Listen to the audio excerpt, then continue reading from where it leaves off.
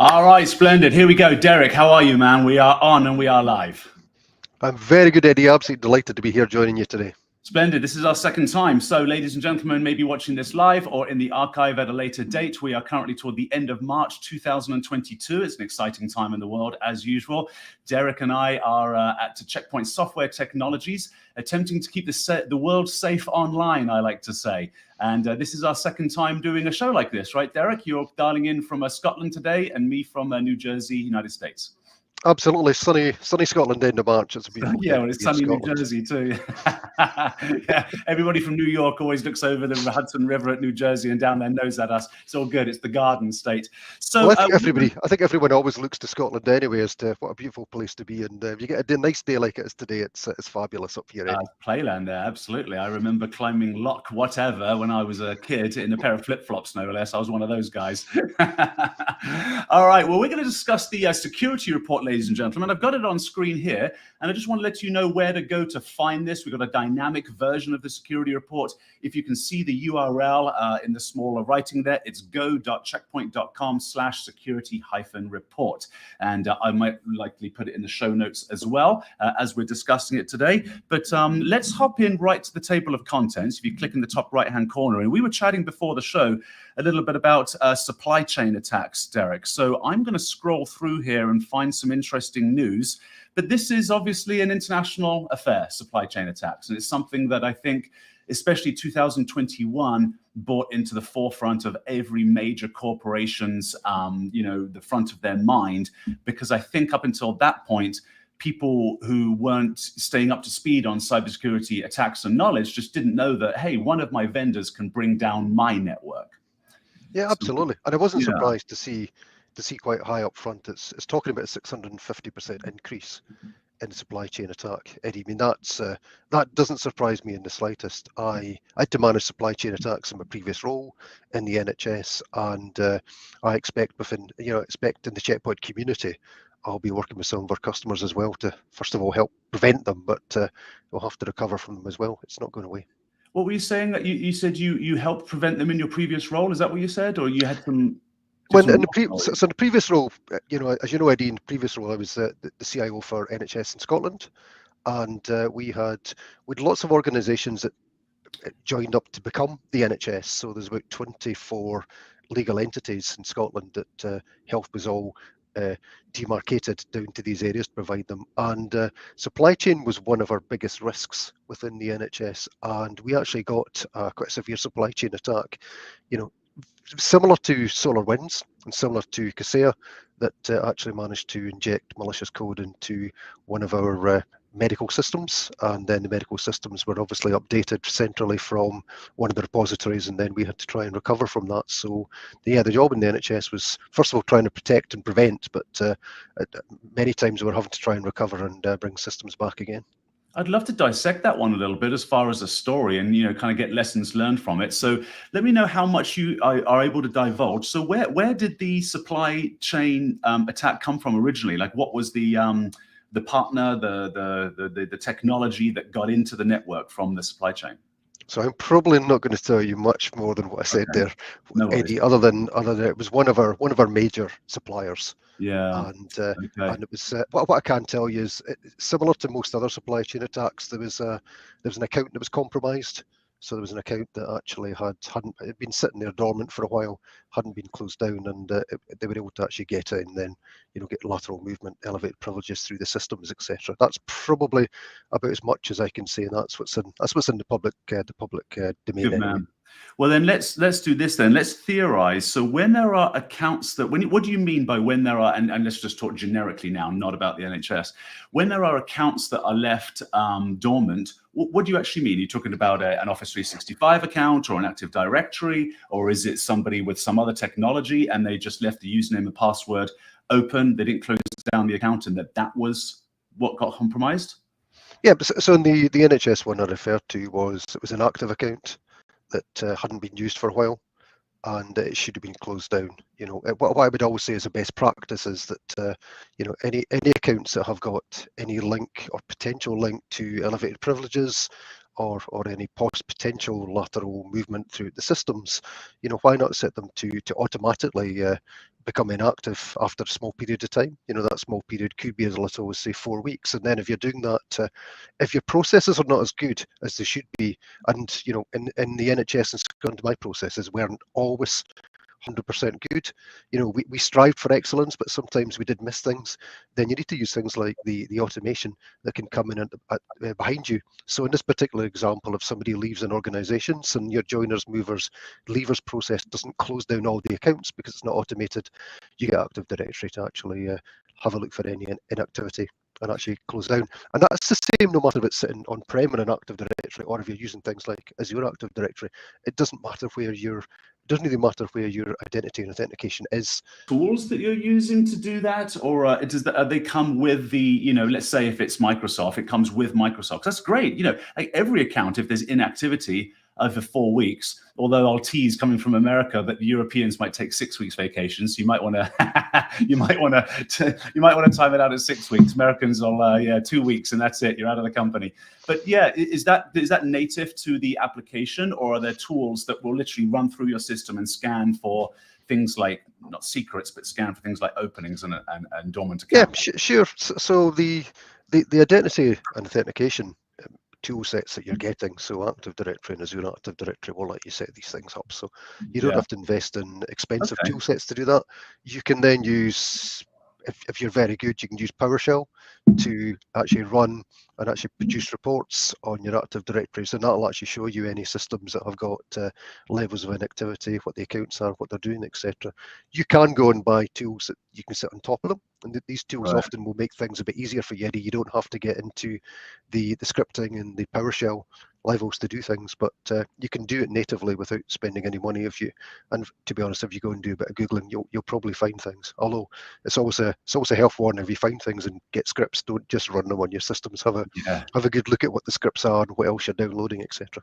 Yeah. Well, now we're very much aware of malicious code being hidden within scripts and on GitHub, and so yeah, exactly to your point there.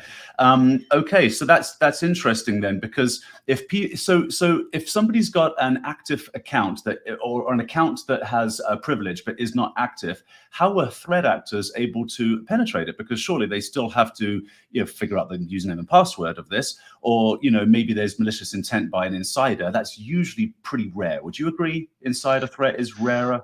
Insider threat is rarer, although the capability for an insider threat, if there is someone malicious inside, that's often they'll do a lot more quicker damage than someone external. The threat external is still accounts that don't have multi-factor authentication, and you may be surprised to that, because it's how many years have we had multi-factor authentication? We've had 2FA for years.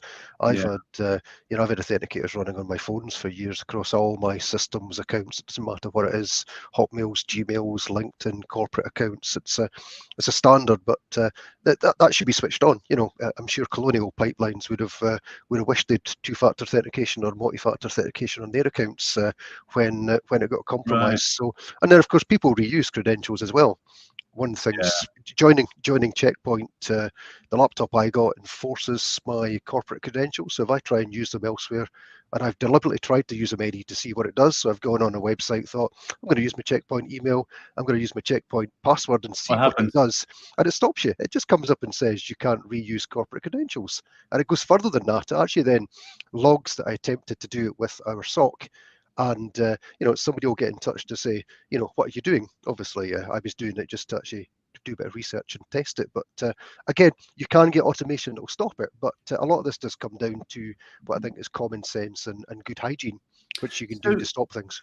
Two brilliant. I'm going to turn the screen off, because two brilliant things. Multi-factor authentication. I want your opinion on, why is it people haven't taken that up, right? Why haven't we had a big uptake in that? It seems so simple. So we'll talk about that. But also, I love that feedback mechanism that you got from that Checkpoint experience, right? You tried to enter your username and password from corporate into some other site, and it triggers an education. That's what I've been trying to articulate to CISOs for a long time now. Is it's like we have this DLP product, and I remember years ago, it was on my very first tour of duty with Checkpoint. I sent an Excel file this is a long time ago now, to somebody or other. I think it was a trusted partner, but our DLP had kicked in, unbeknownst to me. I didn't get the memo, let's say, or didn't read it. And that document was held in quarantine with a bounce back saying, hey, Eddie, something along these lines. You've sent a document that is flagged as sensitive, whatever. Did you mean to do this? Yes, no. If you click yes, there was a little justification dialog box opened up with a link to our corporate policy. Now, I'd been with the company for probably 3 or 4 years at that point, and I thought I better read the corporate policy.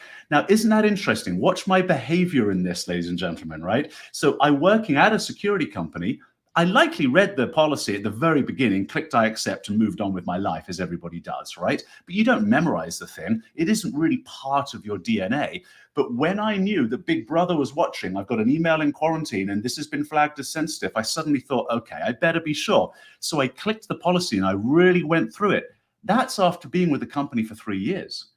But it was a self-educating and then a self-remediating event, because then I could say, yes, I'm sure that this document is okay. It's going to a trusted third party. I own the liability for that, right?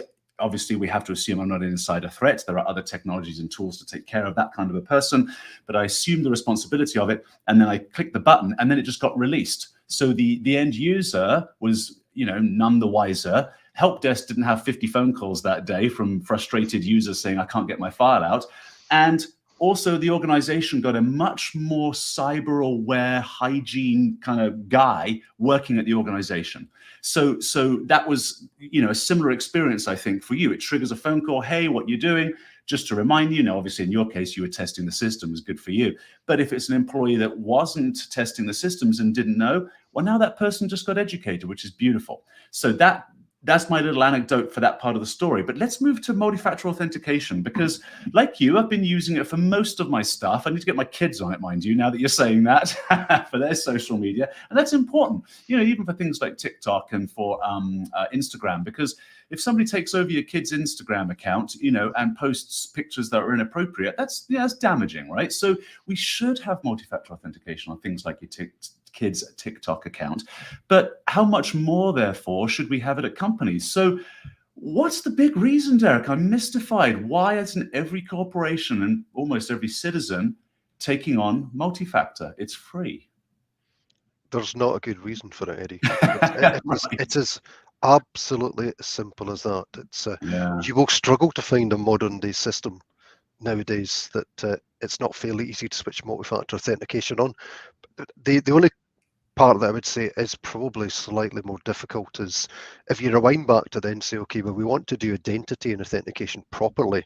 So that's where you can make things slightly more complex. So it's when you're trying to do single sign-on pass-through authentication, tie that up into the multi-factor authentication so that end to end, everything's got the same standard of authentication with the same standard of logging and auditing and monitoring against it.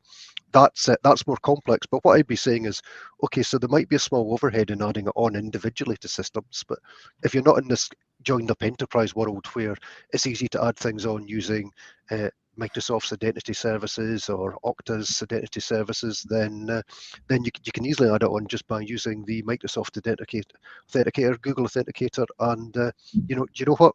It works. It just works. Office 365 works out the box with the Microsoft Authenticator. Very little to do. What I found in Wood Mackenzie when we implemented it, that's where it was prior to the NHS, was you get a small amount of pushback from enterprise because they see it as another step.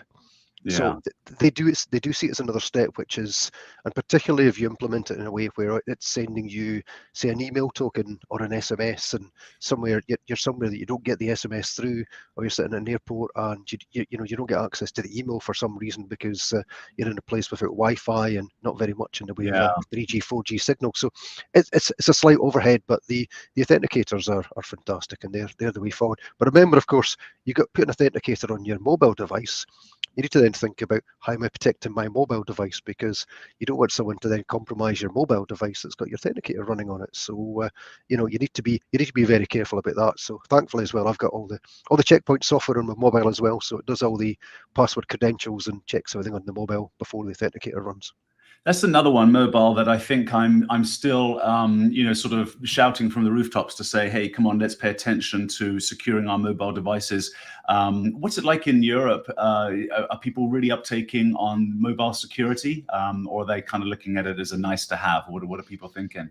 It's nice to have, and I don't understand that, Eddie. I think mobile should be a priority. It's nowadays we're offering through Gmail and Office 365 in particular an opportunity that makes it very easy to pull your corporate information onto your mobile devices, personal or corporate devices, and that's a great thing to have. People don't want to be walking around with multiple devices and their data sitting across everywhere. They want to go to one place, but there's then a corporate responsibility and a personal responsibility that says, if this is going onto a personal device, how am I making sure that data on the personal device is protected properly?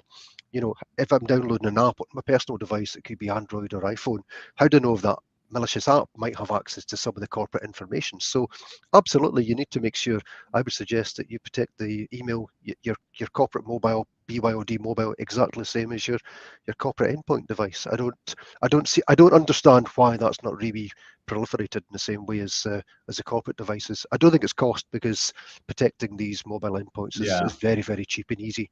And again, it tends to be click and play.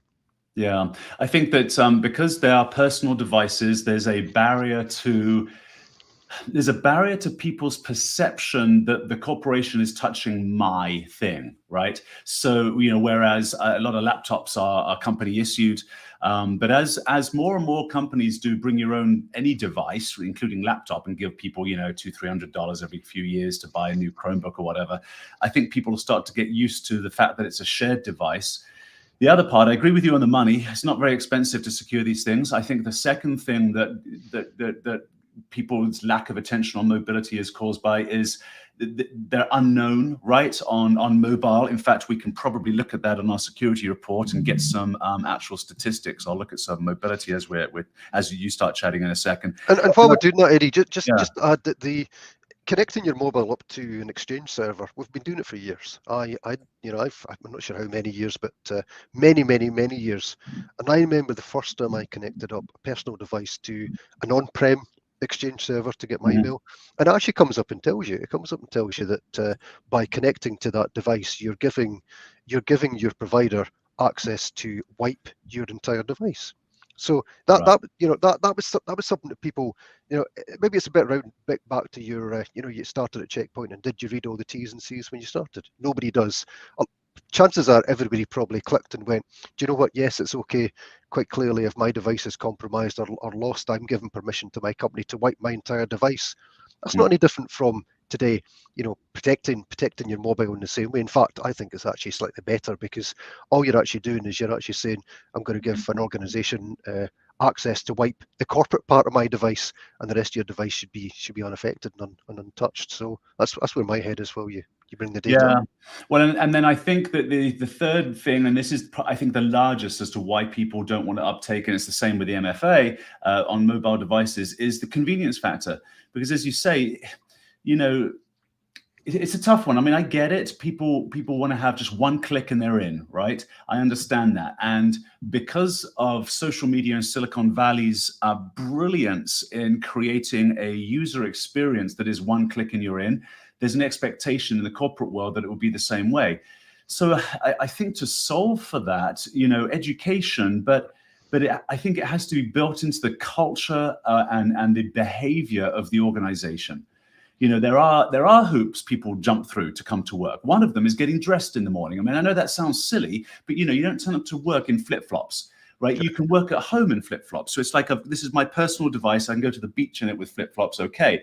But I go to the office wearing a shirt and tie. I mean, or wearing appropriate business attire. So that's a hoop, but it's a normal one. People are like, yeah, no, I accept that. I'd never fuss about that. Or, so I think we need to have the same attitude going in, but you can't just tell people. You have to, I think it's incumbent upon the cybersecurity team, the office of the CISO, to employ people who, as evangelist types, who are, let's say, not very, very technical, but would evangelize internally at a corporation, right, at one of our end users, for example, would evangelize, this is how we do it here. Here's your two-factor, right? Here's the mobile security. And so here are some statistics. So globally, okay, let's break this down a little bit. I hope people can see my screen here. It's a little small, but at the very beginning, we'll look at global trends, and then we'll go to Europe in a second.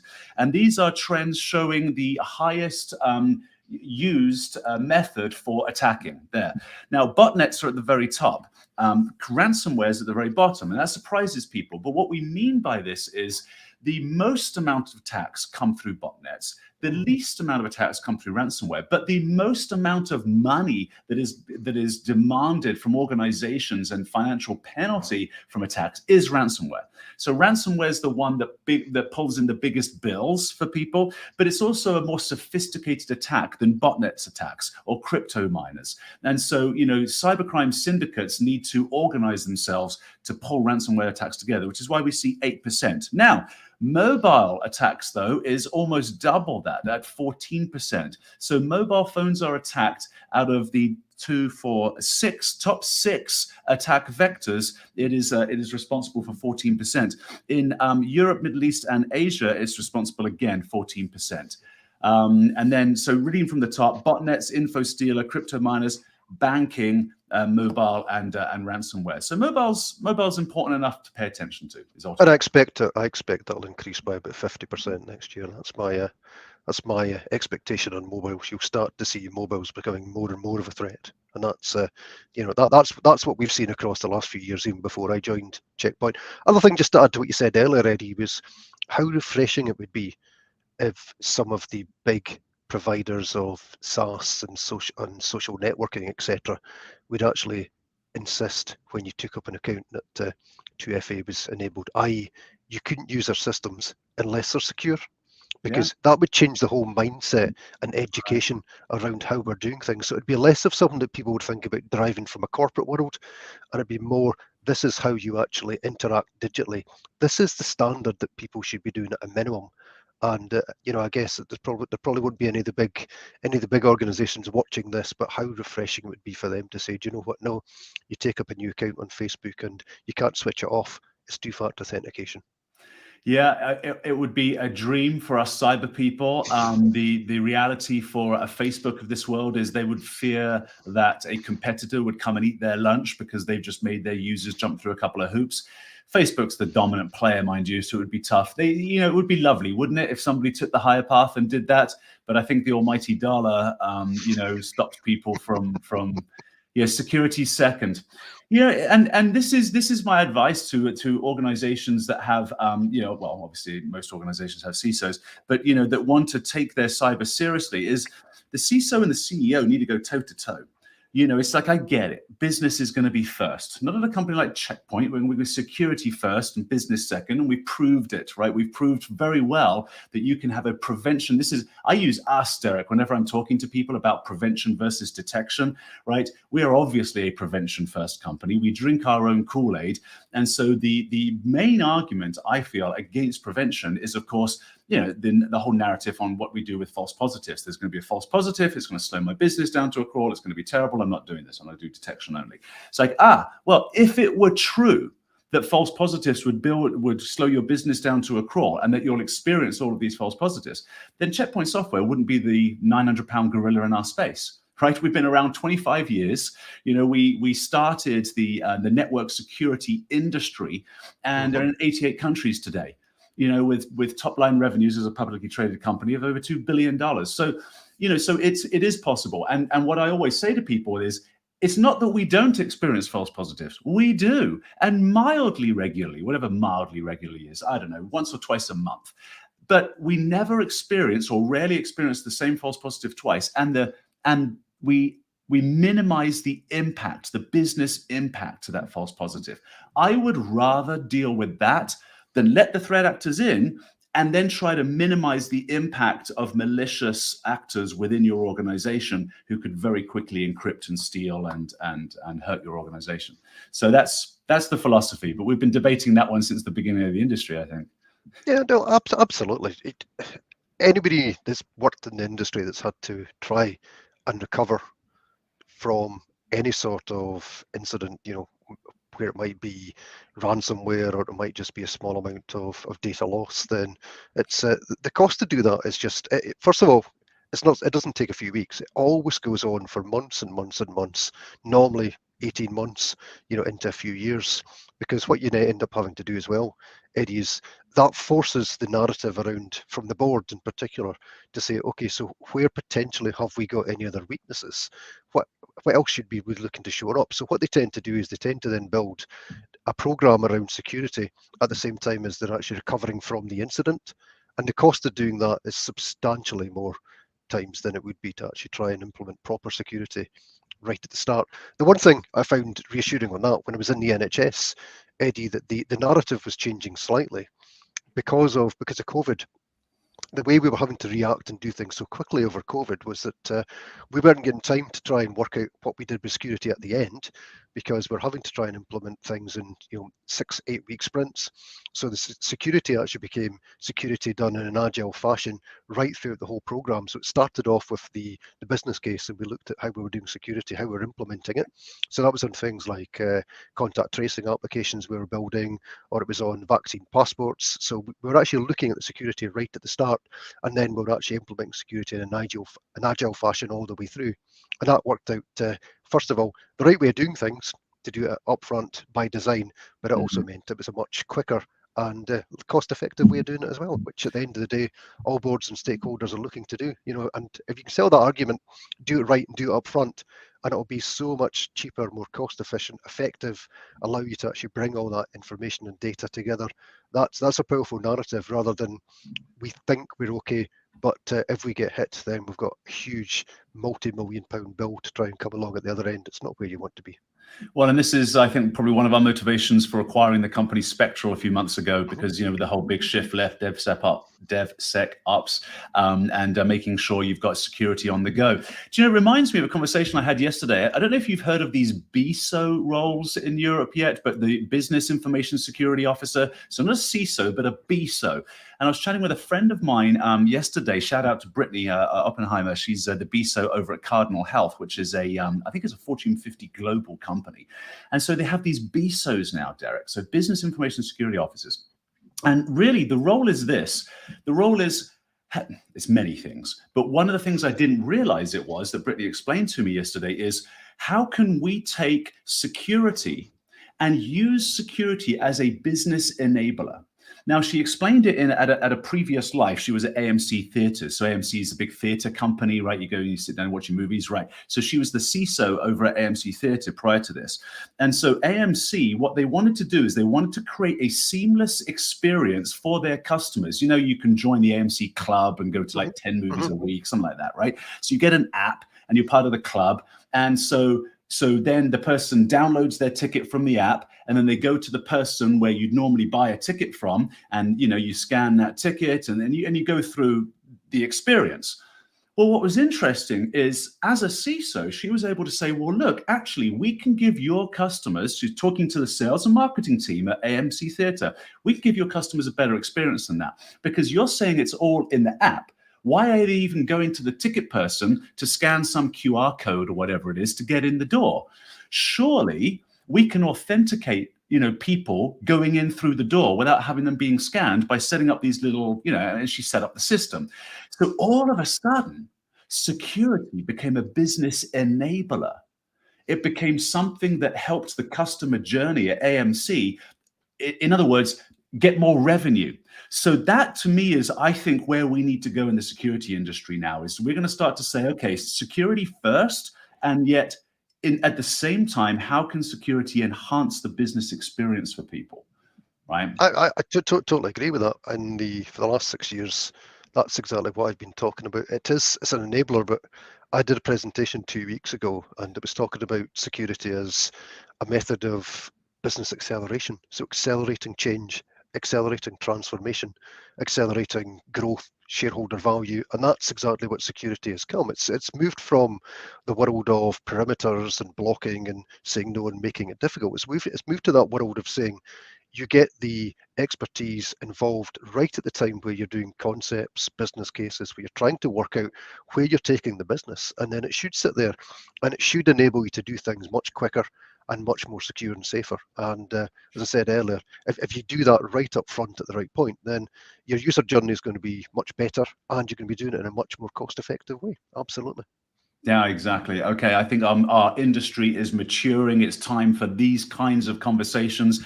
I've also seen this a lot more. It's beautiful to see the CISO move out from underneath the technical organization, the CIO, and start to report to CEOs as a separate entity. And I think also having physical security report up through the CISO. So now you've got security in one place. You know, CIOs, and as a former CIO, it's a little bit tough because, you know, it's a technical role, but really the CISO's role is it's a risk management role. I think it'd almost be aligned a tiny bit, a dotted line in a sort of way, to the general counsel, because general counsel deals in business risk. The CISO deals in business risk. The CIO deals with technology. Do you think I got that right as far as, you know, where we're going to see the maturity of our industry? Nearly right. Yeah. Okay, I think that's maybe slightly simplified. I've always looked at the CIO as not just somebody that's dealing with the technology. The CIO for me was the top level executive that was driving forward business transformation and change. And that's what the CIO was there to do. My role in the NHS was very much that joint role. So I also adopted the CISO role. So I was sitting there speaking to the board about the digital acceleration, the transformation, what we needed to do, but also balancing that by making them aware that, and by the way, the security stuff's all in hand for this. You know, there is no risk. Now, the language I talked when I talked security to the board, it was risk language. So it was different from the CIO. The CIO language would be around the transformation, how we're doing it, what success looks like, how we're going to be driving forward a different type of organization from what it is through the use of digital technologies. It could be disruptive, innovative, etc. Then when I put my CISO hat on, the CISO hat was very much talking about cyber risk, how we were managing, how we would basically through a risk managed approach, we're going to be able to, in many ways, accept some of the risk. What I talk about as well, Eddie, is maximizing risk. Risk isn't something that you always want to minimize. Risk can be a great opportunity driver to do things differently. And that's what I'd always do as a CISO. As far as where they report into, I don't think it really matters. I think the critical thing is that, one, you need to make sure you've got a board, a chief executive or a president that understands the cyber landscape and understands that technology landscape. So they need to be the evangelist as well, so that when you're having these conversations, you can have these direct conversations and the conversations get sponsored somewhere. If you're sitting on a board, you can do it yourself. That's absolutely great. I was passionate about it and I never had a problem getting investment for my cyber programs. It was always something that I managed to do. However, you can still do it through a more traditional type structure, I think, but the key thing is you need to make sure that you're able to influence at the right level, and it might be just influence through, it could be a CIO, or it could be a chief data officer, or it could be a chief risk officer as well that you're trying to influence through. The key thing is that, do the board understand it? Do they understand what you're doing? Can you start to give them assurance, and can you start to try and give them some data and metrics? If you want investment that shows this is what we want an investment for, and this is how you get your return on investment. And the return on investment is something that I find that CISOs don't talk about enough, and they should do on the board. It shouldn't just be getting investment to actually bring in cyber programs. It should be saying, okay, what are we doing with this? How are we able to know that this is the right investment? This is actually helping to actually modernize and drive change within the organization. And you need to be prepared to stand up and demonstrate that. So how much conversation is at the board with also the CEO for the disaster recovery plan? Is that something that's table-topped on a regular basis? Well, it's something that's owned on a board. The board will own normally a corporate risk register. I don't know if that's just a UK term, if that translates worldwide, but the board needs to understand the key corporate risks, and part of that corporate risk, there's no doubt, will have cyber risks sitting upon it.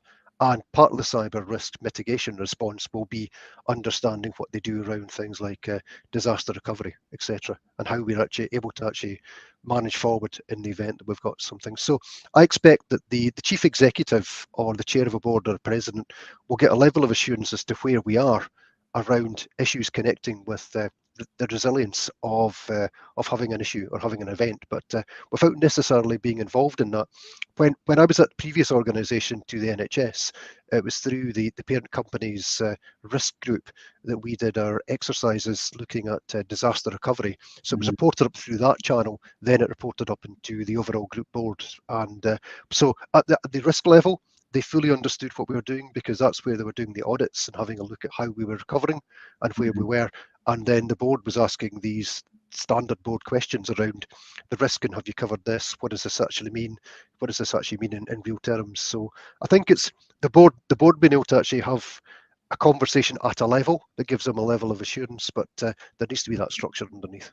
How often did the board do that at that organisation? Twice a year. Is that enough? I mean, as far as truly, I mean, to me, it's kind of like, doing fire drills. If you did them regularly, once a month, let's say, you really know where the fire escapes are. But in our New York office, for example, and I was probably away for the annual, because I know they're done annually, but once a year, if you'd ask me right now, where's the fire escape? Yeah, I don't know. It's a lot. So normally when you're doing these exercises, Eddie, there'll be, so when I said twice a year, so that was the assurance the board would get. But then underneath, when we're actually doing the exercising, you'd be exercising different elements on a monthly basis. Yeah. So it would be, it'd be, in effect, it was pretty much done all the time. So certain times you would have to take certain systems down and fail over the systems. That could have been rebuilding them from infrastructure as code in the cloud, or it could have been actually bringing, believe it or not, in the day, bringing hardware in and actually putting systems back on that hardware, which was a world that we used to live in as well.